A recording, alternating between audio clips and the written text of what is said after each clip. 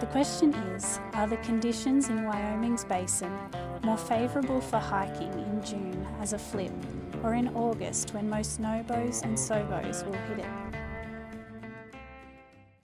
After taking a week off, we drove up to hike the Basin in Wyoming, stopping via Buc-ee's, which was a cultural experience for me.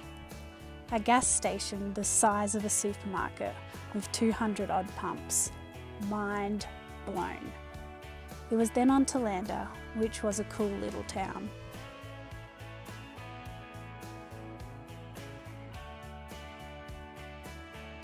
From Lander, we drove to the trailhead and started walking south through the Basin, which is a wide, open, mostly flat desert-like expanse.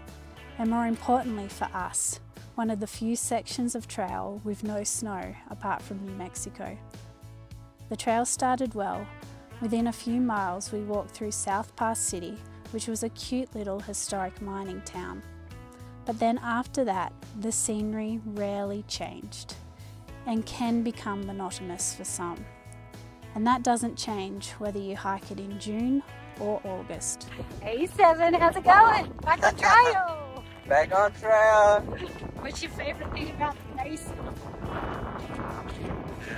Couldn't find it yet. No favourite thing about the Basin. Good morning. It is day 2 of the Basin. So far it's been okay, but a lot of the same. So trying to find things to keep myself entertained. Listening to an audiobook, doing some podcasts and music.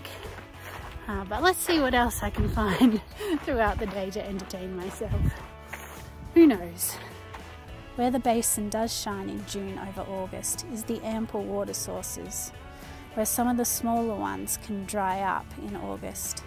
Couple this with higher temperatures in August, and this means consuming more water and longer water carries.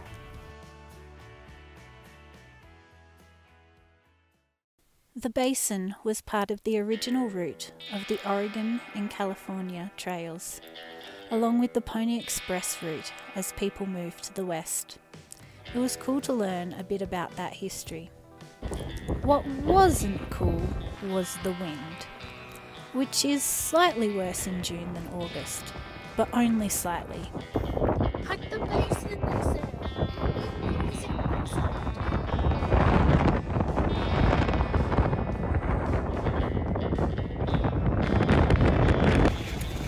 So this is my home for the night. Some call it a tent. I like to call it a giant kite. So let's see if it takes off or not during the night. Good morning. It is another day in the Basin. Another day of wind. But you'll be glad to know my tent did not become a kite last night. It stayed up just fine. It actually wasn't too bad. It wasn't too windy. Well, it was windy, but the tent didn't float too much, which is good. And on other news, I got a new sleeping bag, and this is the first stretch that I've had it on.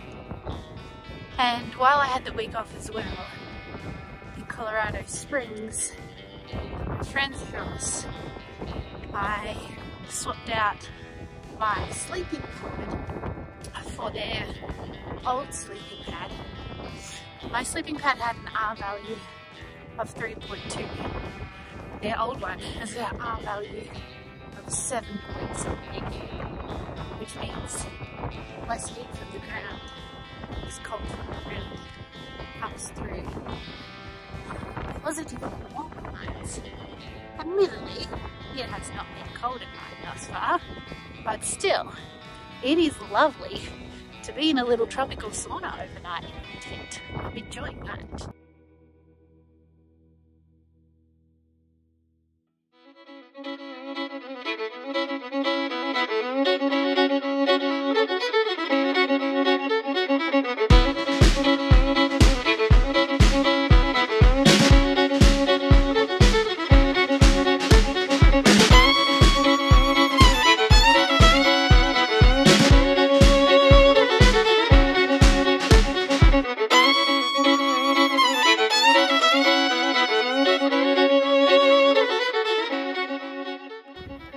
Martin, why are you moving like an old man?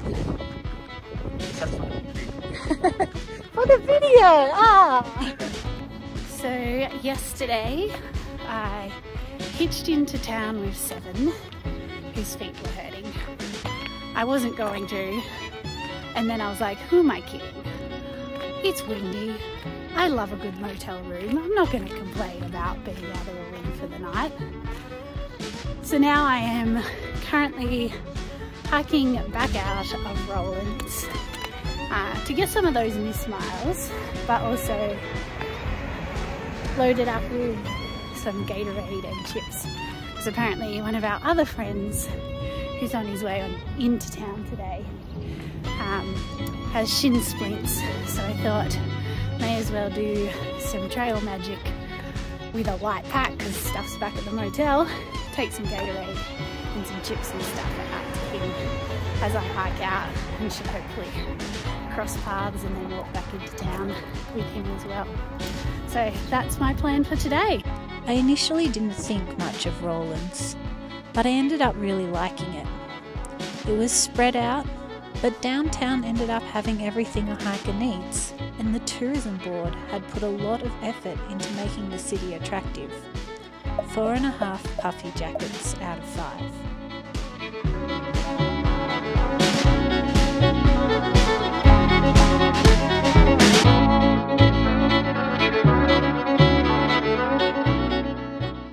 A tragedy occurred this morning. I discovered I have a very big hole in my Day of the Dead socks from Ghost Ranch. Thankfully, I'm in town, so I'm going to go to the Family Dollar store and see if I can get another great pair of socks to get me through to encampment, where I have some darn toughs, dinner darn toughs waiting for me.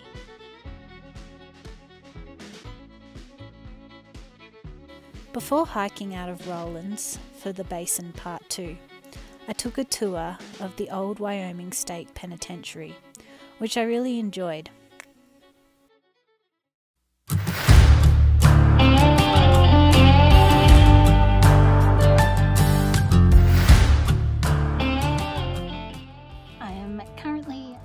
Against a privy that is not yet open for the season, which is very disappointing because I get so excited when there's privies on trail. There is blue sky out over there, and if I flick around, black sky and thunder out over there. Would you like to guess which direction I'm hiking in? The chance of rain and thunderstorms in the basin is slightly higher in June than in August, but the difference between the months is minimal. Chances are that you will experience storms in either month. Hello, hello.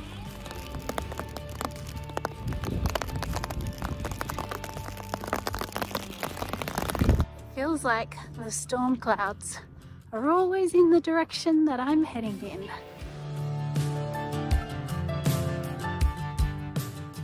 This looks like amazing ground to walk on. Think again.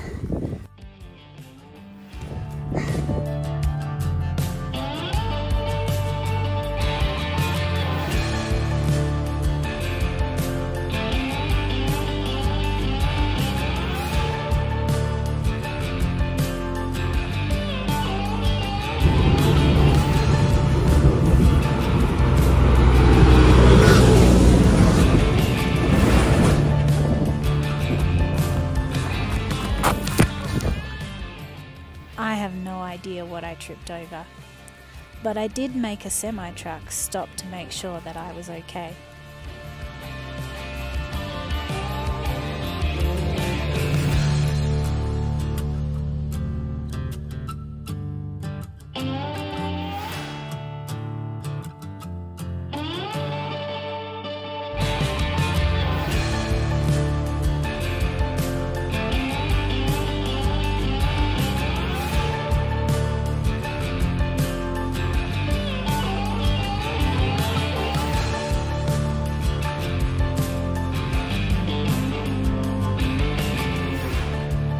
This is similar to the bird that I saw back in New Mexico.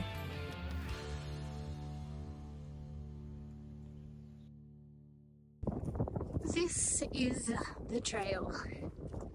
There is no trail. It is just bushwhack. Find a path of least resistance through all the sagebush. Fun times. One of the problems with brushing against plants is picking up ticks. Also, you may not be able to tell, but there are a lot of mosquitoes swarming me, and that is the advantage of August over June. Less mosquitoes and slightly less ticks. But ticks will be a problem in either month.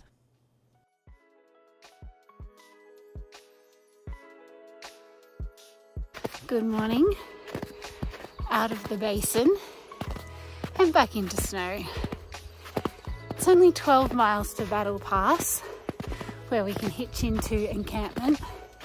However, apparently this 12 miles takes about 8 hours. So we'll see if that's true or whether it's 10.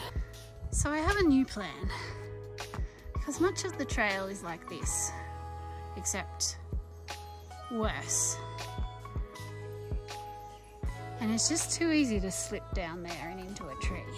So I'm hiking back to the road. I'm going to attempt to hike the road out, which is double the length. Let's see how that goes. I am back at the trailhead yet again, a couple of hours later for round 2 road walking. Let's see how that goes. Totally following bear tracks along the road. Wish me luck. Currently doing a 28-mile road walk instead of a 12-mile snow traverse, which normally would be fine. You just finish a bit later at night. However, trying to get into the post office at encampment, which closes at 4 p.m, which means I need to make it to the road by about 3 p.m. to try and get a hitch into encampment before the post office closes. I don't know if I'm going to be able to do it. It's borderline at the moment, so let's see if I actually can do it. So it is 3 o'clock, have not made it to the road. Gave it a red hot crack and go though. Reckon I have about 4.5 miles to go.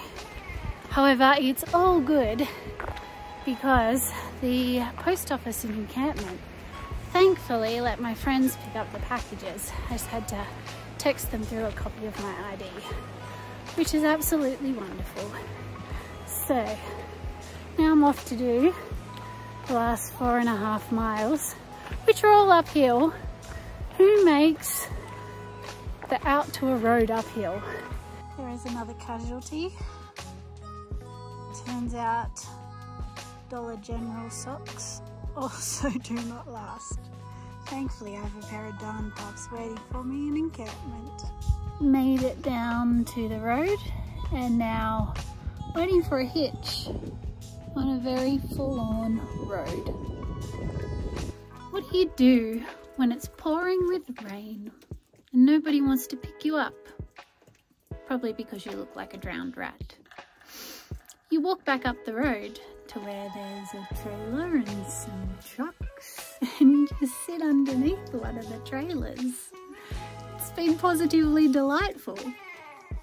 I finally made it to encampment, and I'll let you decide if June or August is a better month to hike the Basin. I, however, was thankful for the lower temperatures and ample water of June.